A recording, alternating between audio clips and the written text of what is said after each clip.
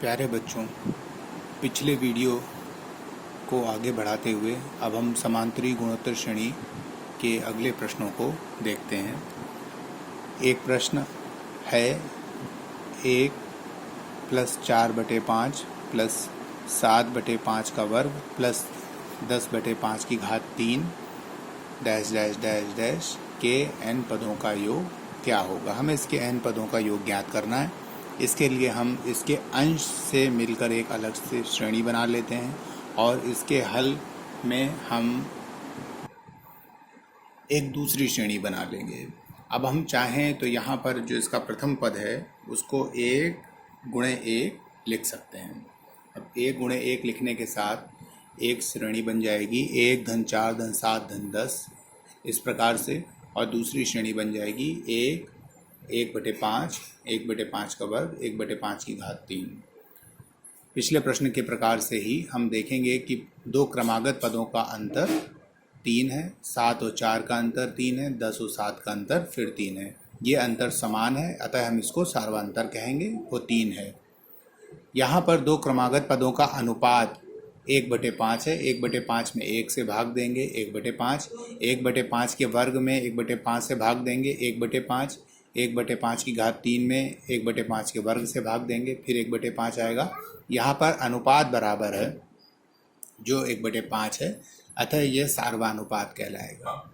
सार्वांतर वाली श्रेणी को समांतर श्रेणी कहते हैं, सार्वानुपात वाली श्रेणी को गुणोत्तर श्रेणी कहते हैं। अतः समांतर श्रेणी का सूत्र का प्रयोग करके हम इसका nवां पद 3n-2 ज्ञात कर लेंगे और उसी प्रकार हम यहाँ पर गुणोत्तर श्रेणी का nवां पद 1/5 की घात n-1 ज्ञात कर लेंगे। अब समांतरी गुणोत्तर श्रेणी का nवां पद जो होगा वो इन दोनों पदों के गुणनफल के बराबर होगा, अतः 3n-2/5n-1 होगा। पिछले प्रश्न में हमें यहीं तक ज्ञात करना था, यही इसका उत्तर हो गया था। ये प्रश्न कुछ लंबा है क्योंकि यहाँ पर आपको n पदों का योग ज्ञात करना है।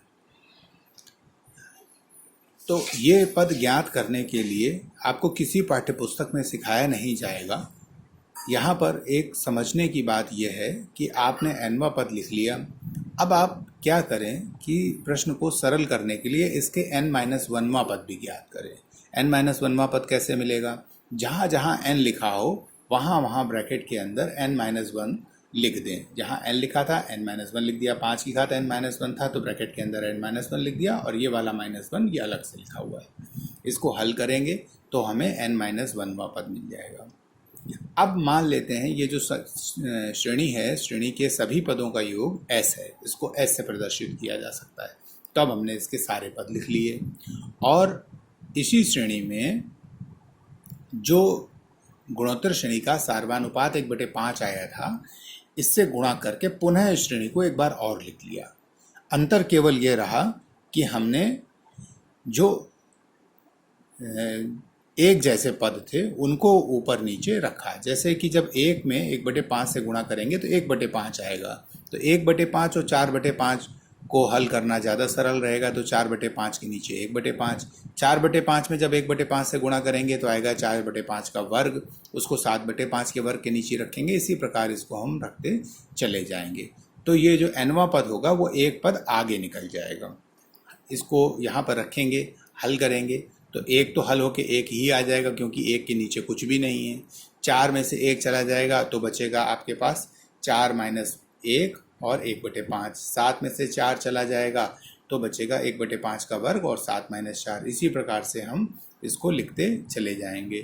जब इसको हम हल करेंगे तो देखेंगे 4 में से 1 गया 3, 7 में से 4 गया 3 और 10 में से 7 गया 3। इस प्रकार 3 3 3 3 मिलता चला जाएगा। बच्चों, यहाँ पर ये एक ध्यान रखने की बात है कि श्रेणी में n पद थे और हमने जब दूसरी पंक्ति लिखी तो ये एक पद आगे बढ़ गया, अतः अब श्रेणी में कुल पद हो गए n+1।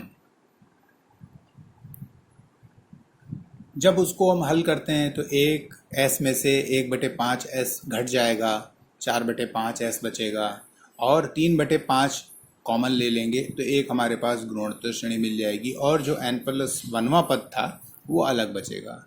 अब यहाँ पर अगर हम देखें तो कुल श्रेणी में हमारे पास n+1 पद थे, जिसमें से एक पद एकल पद अलग हो गया, ये पहला वाला, और एक अंतिम पद एकल पद ये अलग हो गया। यानी कि कुल n+1 पदों में से एक एकल पद ये कम हुआ और दूसरा एकल पद ये कम हो गया। अब n+1 -1 जब इसको हम हल करेंगे तो हमें मिलेंगे n-1 पद, यानी कि इस गुणोत्तर श्रेणी में हमारे पास n-1 पद हैं। तो अब इसमें हम पहला पद 1 लिख लिया, 3/5 लिख लिया, और इस गुणोत्तर श्रेणी में n पदों के योग का सूत्र हमने यहाँ पर लगा दिया, और इस वाले पद को हमने एज इट इज़ जैसे लिखा था वैसे ही लिखा रहने दिया। यहाँ बगल में मैंने आपको बताया है कि किस प्रकार हम इसको हल करते हैं, और हल करके हम गुणोत्तर श्रेणी के n पदों का योग लेके आते हैं, जो पिछली बार हमने सीखा था। आप वीडियो को पॉज करके इसको समझ सकते हैं। इसका मान हम वापस उठाकर यहाँ पर लगा देंगे और इसको हल करने का प्रयास करेंगे। जब हम इसको हल करेंगे तब आप ये पाएंगे कि आपको मिलेगा 4/5s, ये जो पहले से चल रहा था, उसके बाद 1 धन 3/5 गुणे जो 5/4 5 की घात n-1 और अपॉन 5n-1, ये जो n-1 पदों का योग है ये मिलेगा, और ये जो n+1वां पद था वो मिलेगा। 5 से 5 कट जाएगा और इसको हम आगे हल करेंगे तो 3/4 का 1 में गुणा होगा 3/4, 3/4 का 5 की 1/5 की घात n-1 में गुणा होगा, और ये पद ऐसे ही रहेगा। इसको हल करते हुए लाएंगे और लाकर हम देखेंगे कि 4/5s बराबर 7/4 माइनस 12n + 7/20 गुणे 5 की घात n-1 बचेगा।